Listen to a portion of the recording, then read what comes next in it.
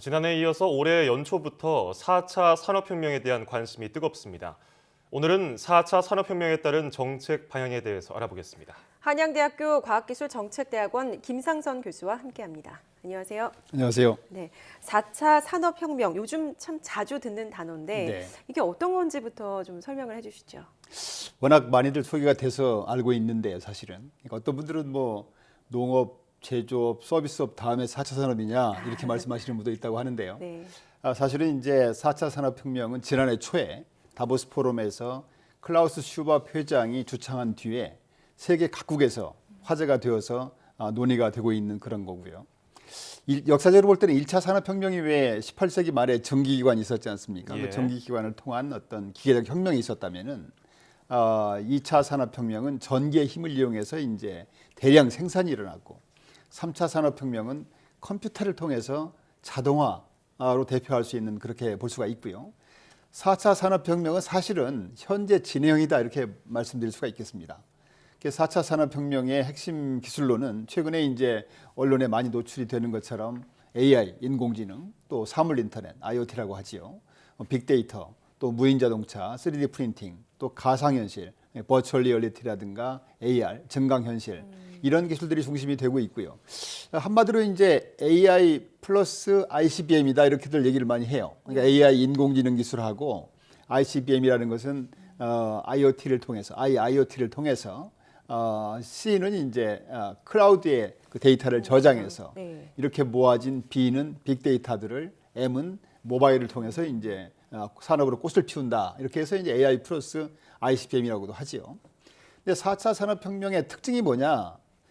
특징은 이제 첨단 ICT 기술을 활용해서 실세계에 있는 모든 사물의 지능화와 초연결. 아까 이제 IoT, IoE 하는 것처럼 이렇게 초연결을 지향하게 되고 기존 산업혁명에 비해서 속도나 범위나 시스템에 끼치는 영향이 비교할 수 없을 정도로 크다고 볼 수가 있겠습니다. 예. 한편 이제 4차 산업혁명은 또 쓰나미처럼 이렇게 빠른 속도로 다가옴에 따라서 기술 분야 간의 경계라든가 또는 현실과 가상세계 간의 경계가 무너지고 있고 특히 이제 앞으로는 유전체 분야라든가 IoT 분야라든가 사이버 보안 이런 분야에서 엄청난 세계 시장이 새롭게 만들어질 것으로 지금 기대를 하고 있습니다. 예, 뭐 한두 가지 분야가 아니라 여러 분야가 통합되어서 4차 산업혁명을 이루고 있기 때문에 네. 이걸 구체화하는 정책 방향이 굉장히 중요할 것 같습니다. 올해 이제 대통령 선거가 있다 보니까 네. 대선 예비 후보들이 이런 공약으로서 4차 산업혁명을 계속 주창하고 있습니다. 네. 왜 그럴까요? 보통 이제 작년에 한참 떴던 그 유행어들은 금년에 조금 소멸되는 그런 경향이 있는데요. 금년에 들어서는 연초부터 지금 4차 산업혁명이 굉장히 그 화두로 등장하고 있거든요. 사실은 거버넌스 문제라든가 뭐 이런 것들이. 근데 그만큼 우리가 당면하고 있는 문제 중에서도 미래 성장 동력 확충이 그만큼 중요하고 절박한 과제다 이런 것들을 대변해주고 있다고 생각을 하고 있습니다. 예. 잘 아시다시피 우리가 지금 당면하고 있는 문제들이 많지 않습니까? 성장 동력의 상실이라든가 또 분배 구조의 왜곡 또 그리고 이제 무엇보다도 갈등 소득이라든가 이념, 지역, 세대 간의 갈등, 뭐 남북 이런 갈등 문제 또 저출산 고령화 문제라든가 원자력을 비롯한 에너지 문제 또 기후변화 대응 문제 어느 것 하나 중요하지 않은 문제가 없습니다. 사실은 다 해결해야 될 문제지요. 그렇지만 우리 경제가 지금 당면하고 있는 현황을 보면은 저성장 고착화라든가 잠재 성장률 저하, 또 주력 산업의 위기와 보호무역주의 심화, 인구 절벽, 고용 절벽, 최근엔 또 신뢰 절벽까지 지금 제기가 되고 있어서 예. 이 퍼펙트 스톰의 위기에 직면하고 있다 이렇게 말들을 하고 있지 않습니까? 그래서 이런 것들을 감안해 볼 때는 앞에서 말씀드렸던 여러 가지 그런 그 당면 이슈 중에서도 일자리라든가 먹거리, 또 성장 동력 확보가 그만큼 시급하고 중요한 과제라고 할 수가 있고요. 이걸 해결하기 위해서는 결국 과학기술이고 과학기술은 사람과 연결되기 때문에 과학기술과 창의적인 인재가 그만큼 중요하다고 말씀드릴 수가 있습니다.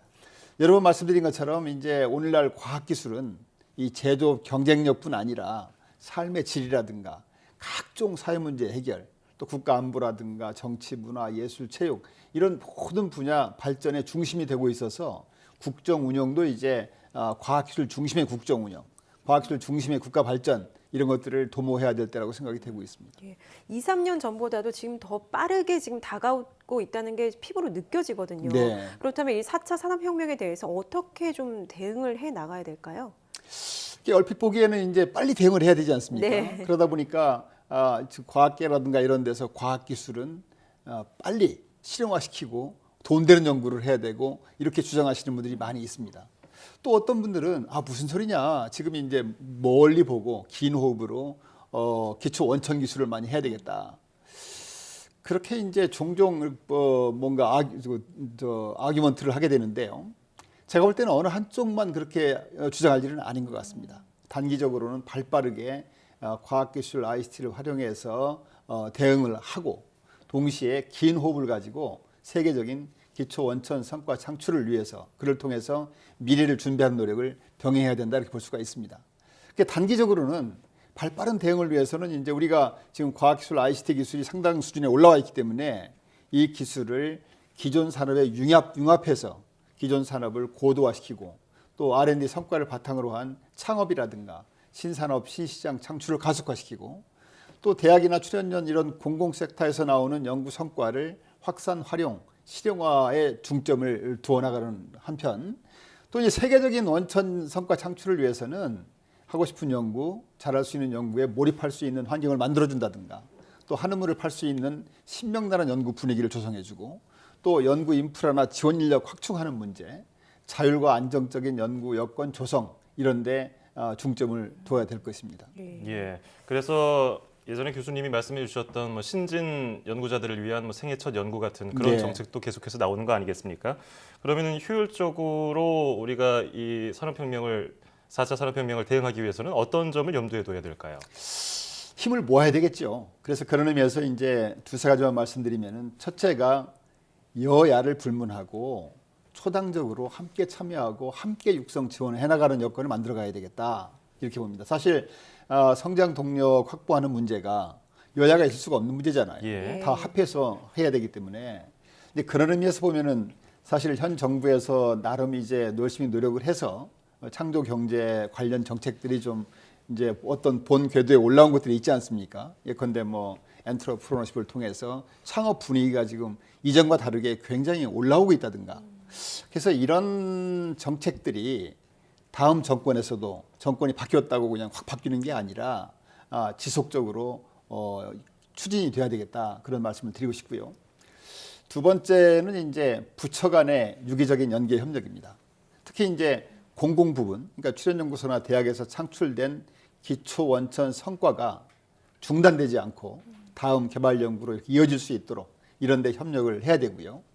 동시에 이제 이런 성과들이 실용화로 가기 위해서는 상당히 어려운 그 계곡을 넘어가야 됩니다. 예. 그걸 이제 우리가 하도 어렵기 때문에 데스밸리다 그러는데 우리나라만 문제만은 아니에요. 예. 세계적으로 참 어려운 문제예요, 사실은.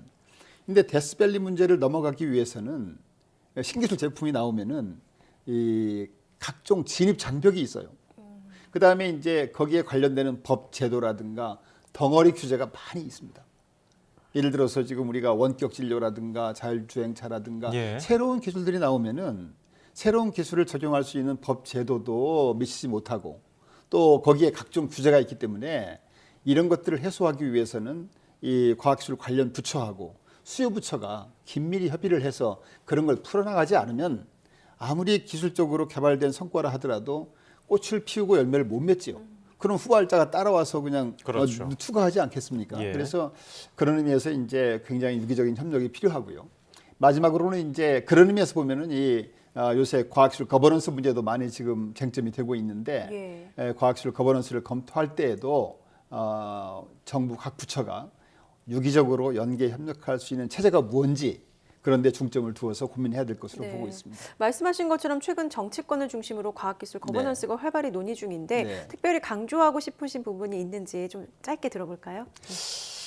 거버넌스 문제 관련해서는 아마 제일 강조드리고 싶은 사항이 이 부처이기주의, 조직이기주의 그런 겁니다. 그러니까 금년에는 이제 예상치 않게 대선이 지금 치러질지도 모르지 않습니까? 갑자기 그러면 이제 인수위도 없는 상태에서 바로 다음 정권이 만들어질 수도 있기 때문에 충분히 검토할 시간들이 없죠. 그런데 그때 이제 부처 이기라든가 조직 이기라든가 목소리 큰 사람이 이기는 그런 형태로 거버넌스가 만들어지면 안 되겠다. 예. 그래서 우리가 충분히 고민을 해야 되는데 가장 고민할 점이 앞에서 말씀드린 것처럼 이제 과학기술이 국가 경쟁력이라든가 삶의 질, 사회 문제 모든 분야 발전의 중심이 말로만 되는 것이 아니라 실제로 그 제대로 역할을 해줄 수 있는 지원할 수 있는 핵심 역할을 할 수 있는 그런 과학기술 중심의 국정 운영 체계 어떻게 하면 이런 것들이 만들어지는가 여기에 중점을 둬야 될 것 같고요.